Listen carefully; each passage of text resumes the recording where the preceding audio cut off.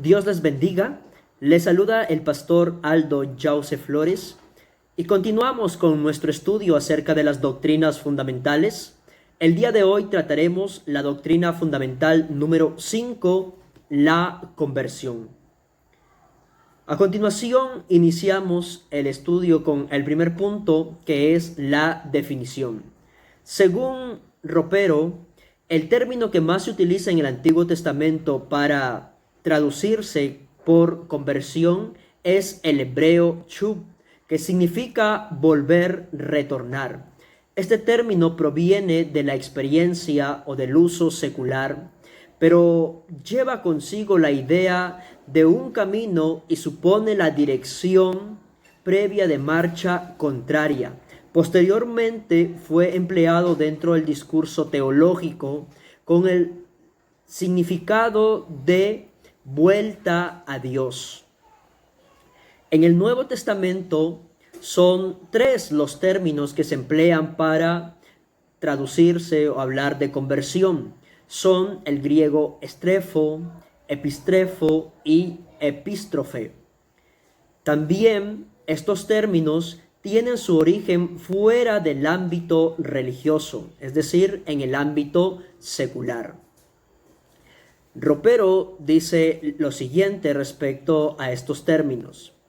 Estrefo indica un cambio y un movimiento concomitante que para sus compuestos precisarían como inversión o retorno. Se usa así en Mateo 18:3, se utiliza la forma estrefo. El segundo término, epistrefo, se emplea en sentido activo, hacer que una persona se vuelva o se convierta. Se usa así en Mateo 13:15, Marcos 4:12, Lucas 1:16, 12:32, San Juan 12:40 y otros. En sentido general define el paso de un reino existencial a otro. Y el tercer término es epístrofe. Señala un cambio de vida motivado por la influencia del mensaje evangélico.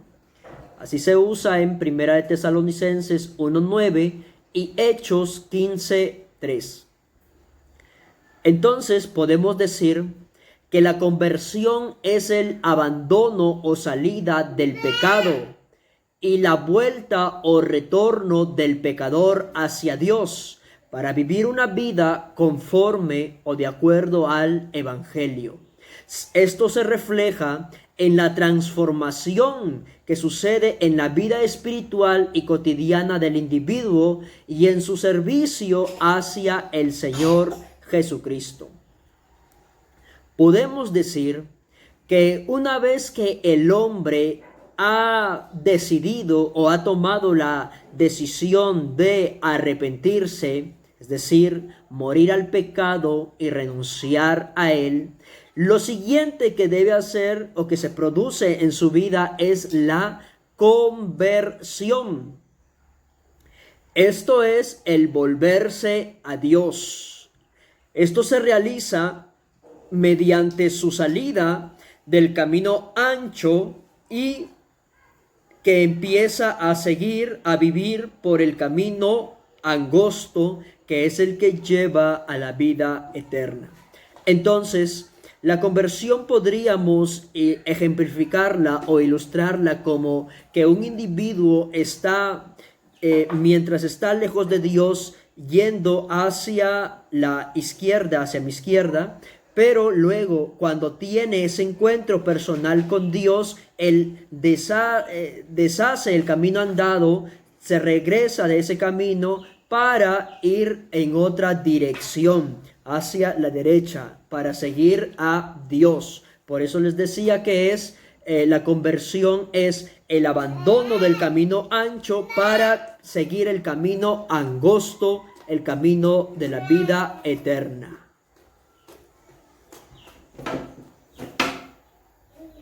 Punto número 2, origen. Aunque la conversión se produce en el hombre, su origen está en Dios, pues solamente el pecador puede retornar, regresar o volverse a Dios por medio de su gracia divina. Esto según Juan 6:44, Hechos 3:26, Filipenses 2:13. Y esto sucede por medio de la obra del Espíritu Santo. Ante la oferta de salvación, al hombre le corresponde convertirse a Dios. Para ello debe arrepentirse, con lo cual demuestra su decisión de abandonar el pecado, de dejar de hacer lo malo y vivir una vida conforme a la voluntad de Dios, según Mateo 3:8, Marcos 1:15, Hechos 20:21 y otros. Y debe creer en Jesucristo para que sea posible una completa transformación en su vida, de acuerdo con Segunda de Corintios 3:18 y Hechos 26:20. Punto número 3, el llamado a la conversión. En el Antiguo Testamento encontramos que el llamado a la conversión se dirige principalmente al pueblo de Israel. ¿Y esto por qué? Porque Israel muchas veces se desviaba del camino e iba tras otros, tras la costumbre de otros pueblos, se iba tras los ídolos, se iba tras las falsas divinidades de los pueblos que los rodeaban. Es ahí cuando Dios les llama a convertirse, a volverse a Dios, a que dejen las prácticas paganas, a que dejen la idolatría y se vuelvan al Dios verdadero, al Dios del pacto. Pero también encontramos en el Antiguo Testamento que la conversión se puede también dirigir a individuos, ¿no? Es el caso del rey David en el Salmo número 51. También encontramos esto, que la conversión se da a comunidades paganas, como por ejemplo la conversión que se realizó en Nínive, ¿sí? Y en el Nuevo Testamento la conversión se dirige a toda la humanidad, ¿sí? La conversión se dirige a toda la humanidad. ¿Por qué? Porque toda la humanidad o todos los hombres están destituidos de la gloria de Dios y muertos en delitos y pecados, por lo que es necesario que se conviertan a Dios, que se vuelvan a Dios, que abandonen el pecado. Punto número 4, importancia. Queremos resaltar que creemos que la conversión es muy importante dentro de la vida cristiana y como parte del plan de salvación. Primero, sin conversión no hay nuevo nacimiento y por lo tanto tampoco hay salvación. Repito, sin conversión no hay nuevo nacimiento y tampoco hay salvación. Pues la persona que ha experimentado la conversión es aquella que ha pasado de muerte a vida, según San Juan 5:24. Es aquella que ha nacido de nuevo por el poder del Espíritu Santo, según Juan 3:3, y es una nueva criatura. Esto dice 2 de Corintios 5:17. De modo que si alguno está en Cristo, nueva criatura es, las cosas viejas pasaron, he aquí todas son hechas nuevas. Eso sucede en la conversión. Segundo, la conversión está asociada con el arrepentimiento y el perdón de los pecados, según Hechos 3:19. Así que arrepentíos y convertíos para que sean borrados vuestros pecados, para que vengan de la presencia del Señor tiempos de refrigerio.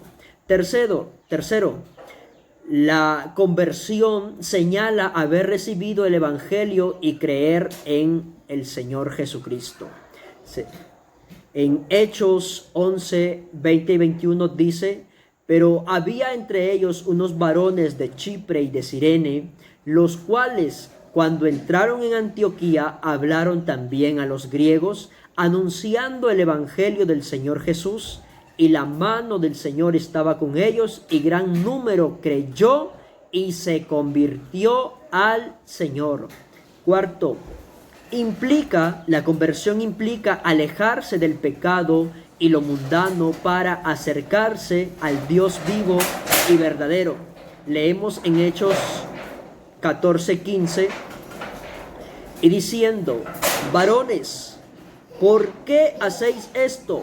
Nosotros también somos hombres semejantes a vosotros, que os anunciamos que de estas vanidades os convirtáis al Dios vivo, que hizo el cielo y la tierra, el mar y todo lo que en ellos hay. Quinto, la conversión indica un retorno a Dios para vivir para Él por el resto de la vida, por lo que es un requisito para servir a Dios. Y leemos en 1 de Tesalonicenses 1:9, porque ellos mismos cuentan de nosotros la manera en que recibisteis y cómo os convertisteis de los ídolos a Dios para servir al Dios vivo y verdadero. Sexto, la conversión es un paso que debe darse para llegar a ser una nueva criatura. En 2 de Corintios 5:7 dice: de modo que si alguno está en Cristo, nueva criatura es. Las cosas viejas pasaron, he aquí, todas son hechas nuevas. Y séptimo, la conversión es la llave para salir de la esclavitud de Satanás. En Hechos 26:18 leemos: para que abra sus ojos, para que se conviertan de las tinieblas a la luz y de la potestad de Satanás a Dios, para que reciban por la fe que es en mí perdón de pecados y herencia entre los santificados. Punto número 5. Conversión y plan de salvación. Dentro del plan de salvación, la conversión es indispensable, pues está estrechamente relacionada con el nuevo nacimiento, del cual dijo el Señor Jesucristo que aquel que no naciera de nuevo no puede ver, no puede entrar en el reino de Dios, allá en Juan 3:3.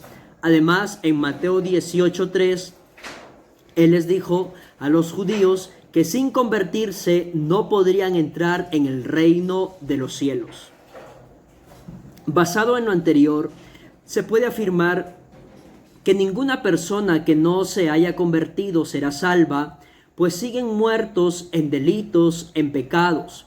Es de esto se puede evidenciar que en la mayoría de denominaciones donde los miembros que se reúnen o que con frecuencia se congregan para leer o estudiar la Biblia, aunque cantan, oran o hacen algún otro tipo de eventos, por cuanto no se ha producido un abandono del pecado y un vivir una vida dedicada, consagrada a Dios, no ha habido una conversión, no se ha producido la conversión.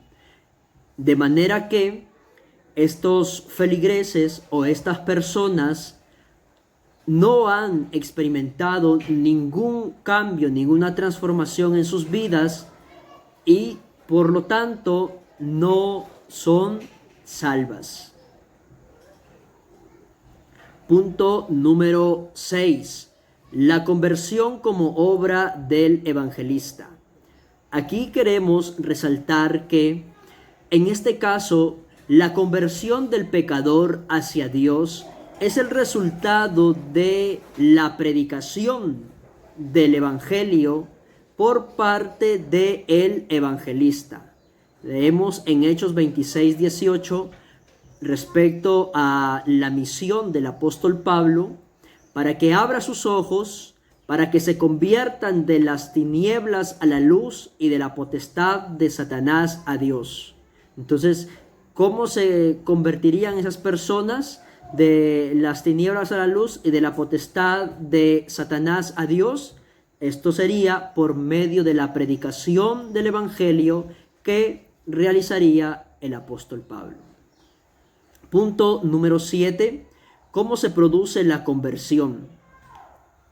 Aquí citaremos lo que dice La Cueva y Ropero en el Diccionario Teológico Ilustrado. Citamos: la historia bíblica y secular nos presenta la conversión de dos maneras diferentes. A.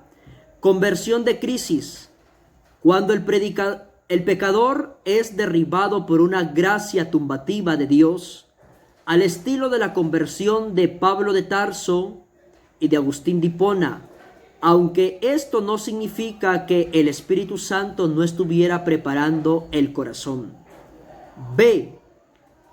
Conversión de proceso, que tiene lugar cuando, por decirlo así, el Espíritu Santo se toma su tiempo para derribar la resistencia de una persona, dejando delicadamente las estructuras psicológicas del individuo hasta llevarlo a decidirse de una vez por Cristo. En su página 199.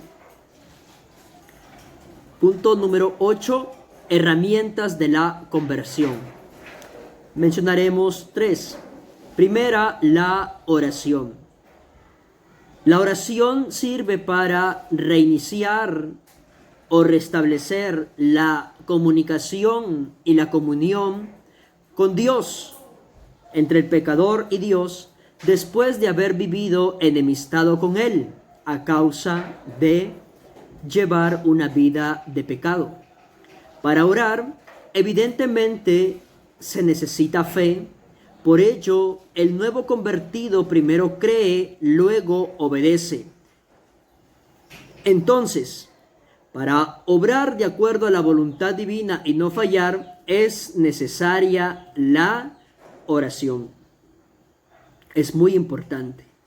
Segundo, ayuno, lloro y lamento.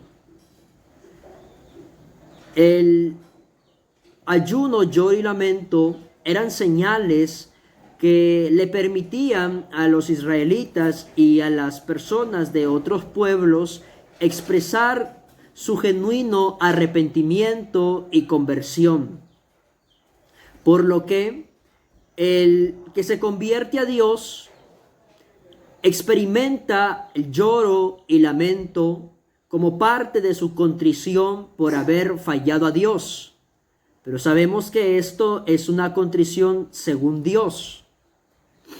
Entonces, el ayuno es una herramienta que le permite mantener al creyente sujeta a su carne y fortalecer su vida espiritual para vivir conforme a la voluntad de Dios. Entonces, el ayuno, el lloro y el lamento, ¿sí?, son también herramientas de la conversión. El ayuno porque permite mantener sujeta la carne y fortalecer nuestra vida espiritual, y el lloro y el lamento porque acompañan a una contrición que es según Dios. Tercero, la invocación del nombre de Jesús, según Colosenses 3:17. La invocación del nombre de Jesús demuestra nuestra total dependencia de Dios y nuestro deseo de agradarle en todo, pues invocamos su nombre al orar, al alabarle, al adorarle. Invocamos también su nombre cuando oramos por las enfermedades, por dolencias, al reprender espíritus inmundos, al reprender ideas, pensamientos o sentimientos negativos. Así que la invocación del nombre de Jesús es una importante herramienta en el proceso de conversión, porque Si la realizamos al orar, pues pedimos en su nombre damos gracias. Si la usamos al alabar, al adorar, estamos adorando a Dios. Y si lo realizamos, lo invocamos para reprender ideas, pensamientos o sentimientos negativos, pues estamos luchando contra ello, estamos rechazando el pecado y lo malo. Punto número 9, ejemplos de conversión. En la Biblia encontramos varios ejemplos de conversión. Entre ellos citaremos la conversión de los judíos el día de Pentecostés durante el primer discurso de Pedro, allá en Hechos 2:22 al 42. También encontramos la conversión de los samaritanos allá en Hechos 8:5 al 25. Otro caso es la conversión de los gentiles que se reunieron en casa de Cornelio, incluyendo al mismo Cornelio, en Hechos 10:44 al 48. La conversión de Saulo de Tarso, según Hechos 9 del 5 al 18. La conversión del carcelero de Filipos, según Hechos 16, 29 al 34.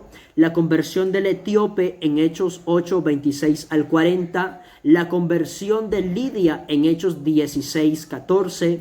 Y la conversión de los discípulos de Juan el Bautista en Hechos 19 del 1 al 7. Punto número 10. Resultados. La conversión trae los siguientes resultados. Primero, perdón de pecados y refrigerio para el alma, según Hechos 3:19. Segundo, la conversión libra de la ruina, según Ezequiel 18:30. Tercero, la conversión restaura la vida espiritual y moral, según Jeremías 15:19. Cuarto, Dios oirá la oración del convertido, según Segunda de Crónicas 7:14, Primera de Reyes 8:48 al 49. La conversión produce gozo en las congregaciones, según Hechos 15:3. La conversión produce el abandono y rechazo al pecado, a la inmundicia, para vivir una vida conforme a la voluntad de Dios. Y la conversión libera al individuo de toda forma de idolatría y restaura la relación con Dios, con el Dios verdadero. Podemos concluir entonces que la conversión es muy importante dentro del plan de salvación como parte del proceso de salvación. ¿Por qué? Porque si no se convierte la persona, entonces no será salva. ¿Y por qué? Porque la persona no convertida no ha salido del camino del mal, no ha abandonado el pecado, sino que sigue viviendo igual y no está viviendo para Dios. La conversión demuestra que la persona convertida sale del camino ancho para seguir el camino angosto y vivir según Dios. Esperamos que el tema haya sido fácilmente comprensible y le invitamos a compartirlo en sus redes sociales, a suscribirse para seguir aprendiendo sobre la sana doctrina. Que el Señor Jesucristo les bendiga grandemente. Bendiciones.